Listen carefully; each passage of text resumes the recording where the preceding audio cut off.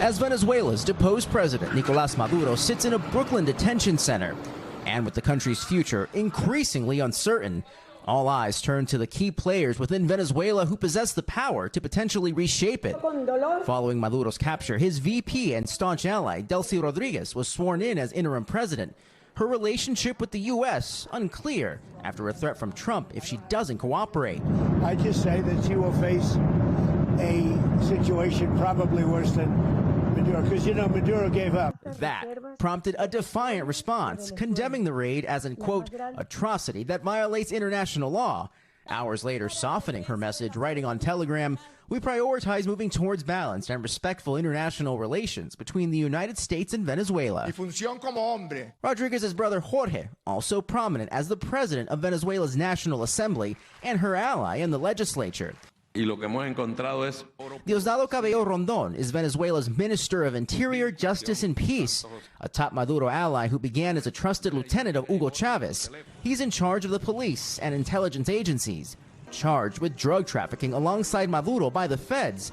The U.S. is offering up to $25 million for information that could lead to his arrest. No a la guerra.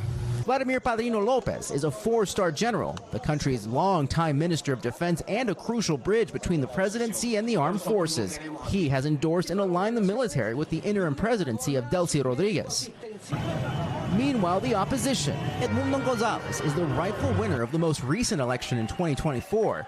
After the election, he faced an arrest warrant from the Maduro government and fled to political asylum in Spain.